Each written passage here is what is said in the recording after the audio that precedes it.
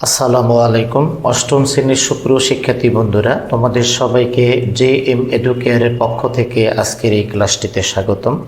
বিজ্ঞান বিষয়ের যে অভিজ্ঞতা 4 অর্থাৎ ফিল্ড ট্রিপ রয়েছে, এই ফিল্ড ট্রিপ অভিজ্ঞতায় তোমাদেরকে কি আলোচনা করতে হবে আমরা সে বিষয়ে আলোচনা করব। প্রথম এবং দ্বিতীয় সেশন, এই সেশনের যে কাজগুলো রয়েছে পাঠ্য বইয়ের কাজ 1, যেটা পাঠ্য বইয়ের 57 পৃষ্ঠায় রয়েছে, এবং এখানকার যে পিআই সেই পিআই হলো 8.21। তো কল্পনা করে বলো তো, স্কুলের ব্যাগটা কাঁধে চাপিয়ে বাড়ির দরজা থেকে শুরু করে কিভাবে কোন দিক দিয়ে তোমাকে বিদ্যালয়ে আসতে হয়।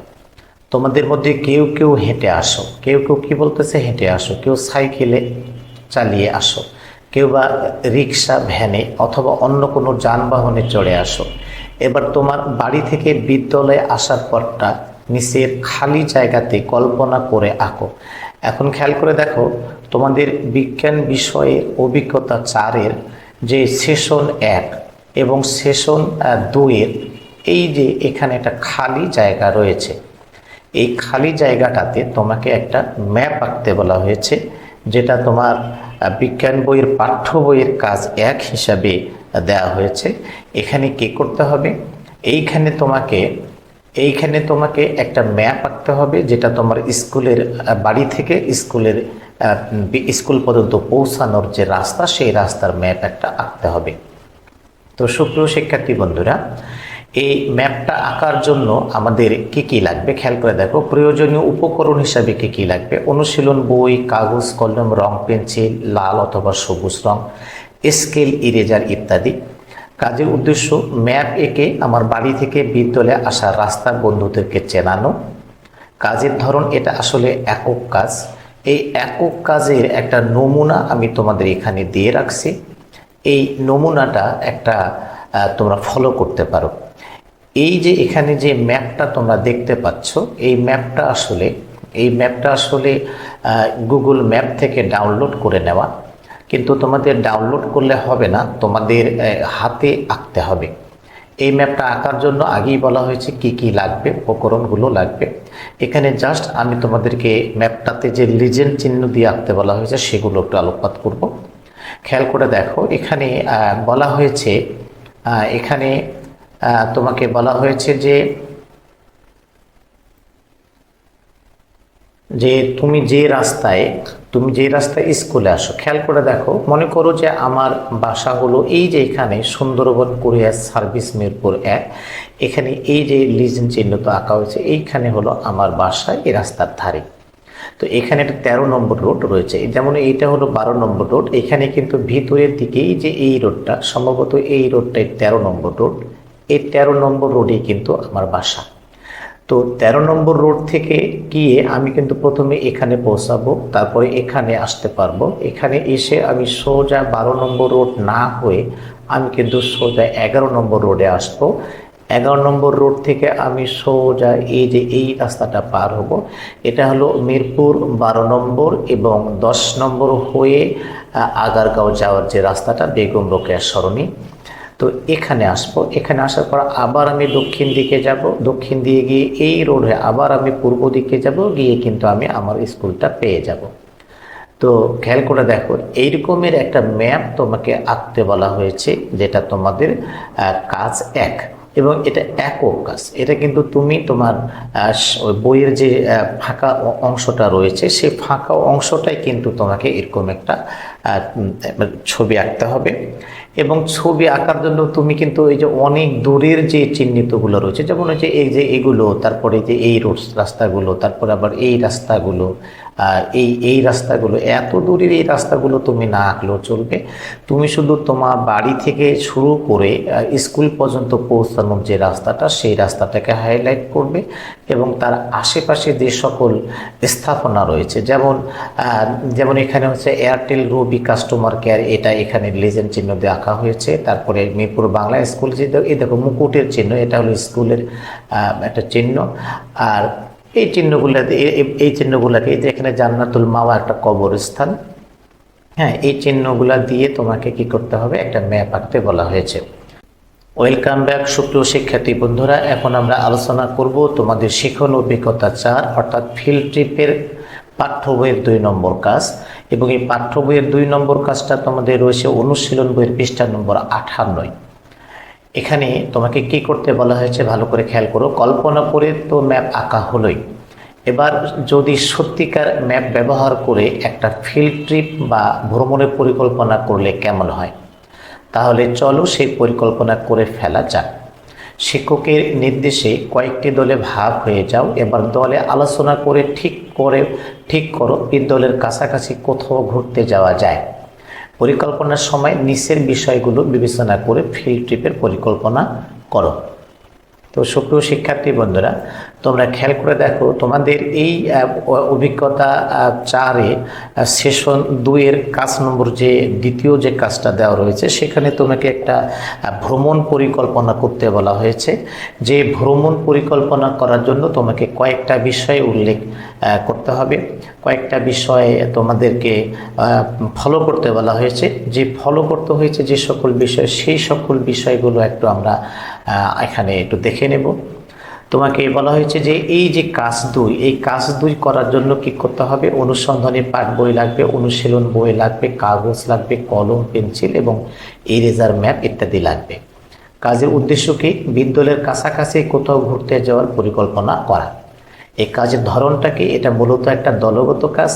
এই কাজটাকে কিভাবে আমরা সম্পূর্ণ করব, কাজের ধারাগুলোকে কি, অর্থাৎ কোন কাজের পর কোন কাজগুলো করতে হবে সেই বিষয়ে আমাদেরকে একটু খেয়াল রাখতে হবে। প্রথমে কি বলা হয়েছে, শিক্ষকের নির্দেশে ক্লাসের সকলে কয়েকটি দলে ভাগ হয়ে যায়। 5-6 জনের একটা দল বা তারও বেশি, মোটামুটি 8 থেকে 10 জন হলেও চলবে।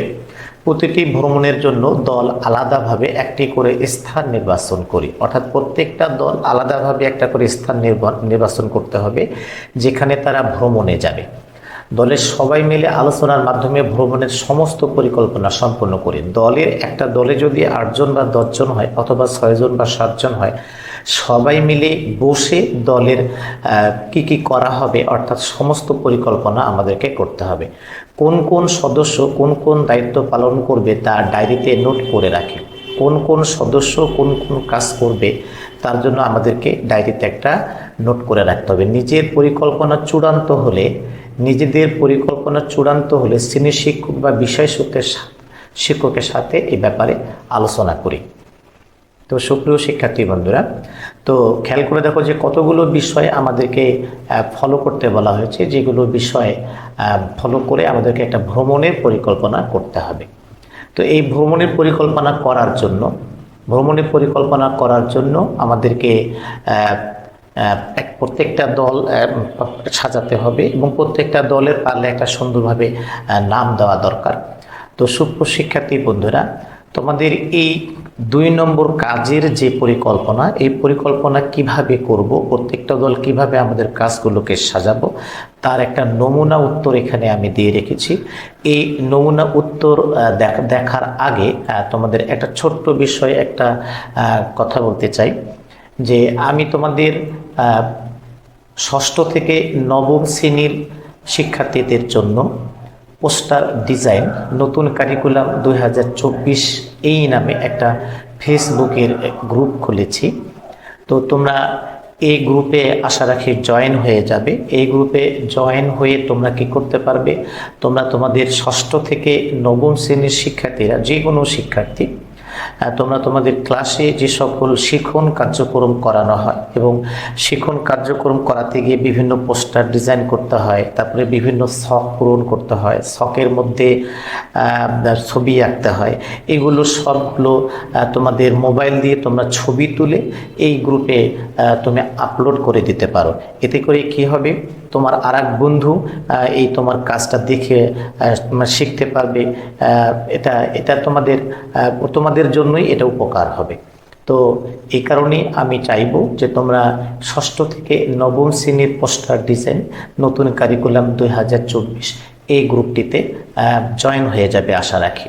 তো আর আরেকটা কথা, সেটা হলো যে এই আমার যে ইউটিউব চ্যানেল JM এডুকেয়ার এবং ফেসবুক পেজ JM এডুকেয়ার, এই ইউটিউব চ্যানেল এবং ফেসবুক এডুকেয়ারে একই সঙ্গে তোমাদের শিক্ষা বিষয়ক অনেকগুলো ভিডিও আপলোড করা হচ্ছে, যে ভিডিওগুলো তোমরা একটু করে খুঁজলেই পেয়ে যাবে। যেমন এখানে ইউটিউব চ্যানেলে নবম শ্রেণীর জন্য একটা প্লে লিস্ট করা হয়েছে, তারপরে সপ্তম শ্রেণীর জন্য প্লে লিস্ট রয়েছে, অষ্টম শ্রেণীর জন্য প্লে লিস্ট রয়েছে। এখানে তোমরা তোমাদের প্লে লিস্টে গিয়ে নির্দিষ্ট ভিডিওটি খুঁজে নিয়ে তুমি তোমার দেখতে পারো, এতে করে তোমার উপকার হবে। আর ভিডিওগুলো যদি তোমাদের ভালো লাগে তো ভিডিওগুলোতে লাইক দেবে, ভিডিওগুলো কমেন্ট করে সুন্দর সুন্দর কমেন্ট করে ভিডিওগুলো শেয়ার করবে, এটাই তোমাদের কাছে প্রত্যাশা। কাজে এই ভিডিওগুলো বানাতে বেশ কষ্ট হয়, এই কষ্টটা করতেছি তোমাদের জন্যই। কাজেই তোমরা যদি ভিডিওতে লাইক দাও, ভিডিওগুলো শেয়ার করো, তাহলে আমার খুব খুশি লাগবে, আমার ভিডিও বানাতে আরও বেশি ভালো লাগবে।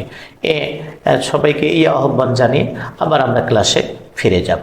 অষ্টম শ্রেণীর অভিজ্ঞতা 4-এর ফিল্ড ট্রিপের 2 নম্বর কাজ আমরা কিভাবে সম্পন্ন করব, সেটা আমরা এইভাবে ডিজাইনটা আমরা করতে পারি। এই ডিজাইনটা করার জন্য আমাদের কী করতে হবে, খেয়াল করে দেখো। প্রথমত আমাদেরকে সুন্দর একটা নাম দিতে হবে, দলের একটা সুন্দর নাম দাও। ধরো দলের নাম দিলাম নিউক্লিয়াস, যেহেতু আমরা বিজ্ঞান বিষয় নিয়ে লেখাপড়া করছি, নামটা বিজ্ঞানসম্মত হলেই ভালো লাগবে। আমরা কোথায় যাব, ধরো বিদ্যালয় হতে নিকটস্থ সামরিক জাদুঘরে যাব। এটা কিন্তু প্রথম দলের পরিকল্পনা। এরকম কিন্তু অনেক কটা দল হবে, একটা ক্লাসে 6 থেকে 7টা দল হতে পারে। কিভাবে যাব, আমরা যেহেতু 11 নম্বর আমাদের স্কুলটা রয়েছে 11 নম্বর, আমরা কাছাকাছি একটা ভ্রমণে একটা ভালো একটা জায়গায় ভ্রমণ করতে চাই। ধরো কিভাবে যাব, সেটা হলো মেট্রো রেলে। কবে যাব, ধরো 10/8/2024 তারিখে যাব। বর্তমান পরিস্থিতি যেহেতু ভালো না, এই কারণে আমি ডেটটা একটু পিছিয়ে দিলাম। অনুমতি পাওয়ার বিষয়, যেহেতু ভ্রমণ স্পট স্কুলের বাইরে, তাই বিদ্যালয়ের প্রধান শিক্ষক বা প্রিন্সিপালের কাছ থেকে এবং বিষয় শিক্ষকের মাধ্যমে প্রত্যেক শিক্ষার্থীর অভিভাবকের কাছ থেকে অনুমতি নেব। এখানে কিন্তু গুরুত্বপূর্ণ একটা পয়েন্ট উল্লেখ করা হয়েছে, যেহেতু ভ্রমণ স্পট আমরা যেটা নির্ধারণ করেছি যে সামরিক জাদুঘর, এটা আগারগাঁওয়ে অবস্থিত। সেই কারণে আমাদের স্কুলের বাইরে যেহেতু আমরা যাচ্ছি, তাহলে আমাদের স্কুলের প্রধান শিক্ষক অথবা প্রিন্সিপালের কাছ থেকে আমাদেরকে অনুমতি নেওয়ার বিষয়টা মাথায় রাখতে হবে। এবং যেহেতু আমরা শিক্ষার্থীদেরকে দলে অনেক দূরে নিয়ে যাব, মোটামুটি একটা দূর রয়েছে, তাই এখানে কিন্তু অভিভাবকের অনুমতিরও প্রয়োজন রয়েছে। বাজেট অথবা খরচ, জন প্রতি আমরা বাজেট 400 টাকা ধরবো, কারণ এখানে ট্রাভেল খরচ রয়েছে। আবার যেহেতু আমরা সকালবেলা বের হবো, ফিরতে ফিরতে আমাদের বিকেল 3টা বা 4টাও বেজে যেতে পারে, সেজন্য আমাদের মাঝখানে খাবারের ব্যবস্থা করতে হবে, নাস্তার ব্যবস্থা করতে হবে। এই কথাগুলো মাথায় রেখেই কিন্তু জনপ্রতি বাজেট 400 টাকা ধরা হয়েছে। ঘড়ি অথবা স্টপওয়াচ দেখে সময় হিসেবে দায়িত্ব রাখার দায়িত্ব আমরা যেহেতু আমরা এই অভিজ্ঞতায় দূরত্ব, স্মরণ, দ্রুতি, বেগ ইত্যাদি নিয়ে আলোচনা করব, ইত্যাদি বাস্তব অভিজ্ঞতা অর্জন করব। এই কারণে আমাদের দূরত্ব হিসাব এবং সময়ের হিসাব রাখতে হবে। এই কারণে আমরা এই ব্যাপারটা রোল নম্বর 5 রোলের যে ছাত্রটা সুমনকে দেব। আমরা এই কাজটা সুমনকে দিতে চাই। তো এইভাবে আমরা আমাদের ভ্রমণ পরিকল্পনা সাজিয়েছি। তো এবার আমাদের আরও বাকি যে কাজগুলো থাকবে, বাকি যে কাজগুলো রয়েছে খেয়াল করে দেখো। তারপরে দূরত্বের হিসাব রাখার দায়িত্ব, আমরা আসফিকে দেবো, ও রোল নম্বর হলো 15। খাবারের দায়িত্ব আমরা কাউসারকে দেব এবং সিয়ামকে দেবো। যেহেতু খাবার কেনার বিষয় রয়েছে, রেস্টুরেন্টের সঙ্গে কথা বলতে হবে, কতগুলো প্যাকেট খাবার হবে তা আলোচনা করতে হবে, খাবারে কী কী মেনু সাজাতে হবে সেগুলো বলতে হবে, এবং খাবার ডেলিভারি কে নেবে, নানান বিষয় রয়েছে। এই জন্য এখানে কমপক্ষে 2 জন বা 3 জন হলে ভালো হয়। আমরা এখানে 2 জনকে রেখেছি, Kawsar roll number 10, CM roll number 12কে রেখেছি। নিরাপত্তার দায়িত্ব, এই যে আমরা একটা দলে 10 জন 12 জন করে যাব, তাদের একটা নিরাপত্তার ব্যাপার রয়েছে। এই নিরাপত্তাগুলো দেখাশোনার দায়িত্ব অবশ্যই 2 জন 3 জনকে নিতে হবে। সাথে যদি বিষয় শিক্ষক যান, তাকেও এই ব্যাপারটা অন্তর্ভুক্ত করা যেতে পারে। যেহেতু তোমাদের একান্তই এই বিষয়গুলো ছাত্রদের, কাজে ছাত্রদের মিলেই কিন্তু দল গঠন করলে সুবিধা হয়। তাহলে নিরাপত্তার দায়িত্ব আমরা রাফসানকে দিয়েছি রোল নম্বর 8, নূর আলমকে দিয়েছি রোল নম্বর 9, উদয়কে দিয়েছি রোল নম্বর 11। প্রতিবেদন লেখার দায়িত্ব, দেখো প্রতিবেদন লেখার দায়িত্ব আমরা রোল নম্বর 1-কে দেব, রায়হানকে দেব। কারণ প্রতিবেদন খুব সুন্দর মতন লিখতে হবে। আমরা যখন আমরা আমরা একদম এই শুরু থেকে শেষ পর্যন্ত যে আমাদের ভ্রমণ শুরু থেকে এবং ভ্রমণ শেষ অবধি যে সকল কাজগুলো হবে, সবগুলো কাজগুলোকে একটার পর একটা প্রতিবেদন আকারে সাজাতে হবে। এই কারণে এই দায়িত্বটা আমরা রায়হানকেই দিতে চাই। অন্যান্য বিষয় এবং উপকরণ এবং নির্দেশনার দায়িত্ব আমরা রোল নম্বর 2 সাব্বিরকে দিতে চাই। সুপ্রিয় শিক্ষার্থী বন্ধুরা, আমরা এতক্ষণ আলোচনা করলাম তোমাদের অষ্টম শ্রেণীর বিজ্ঞান বিষয়ের অভিজ্ঞতা 4-এর ফিল্ড ট্রিপ অভিজ্ঞতার কাজ 2 নিয়ে আলোচনা করলাম। আশা রাখি তোমরা বিষয়গুলো বুঝতে পেরেছো। তো আজ এ পর্যন্তই। আগামীতে তোমাদের এই অভিজ্ঞতার আরও যে সেশন রয়েছে এবং আরও যে কাজগুলো রয়েছে সে কাজগুলো নিয়ে হাজির হব ইনশাআল্লাহ। সে নাগাদ সবাই ভালো থাকো, সুস্থ থাকো। দেখা হবে আবারও। আল্লাহ হাফেজ।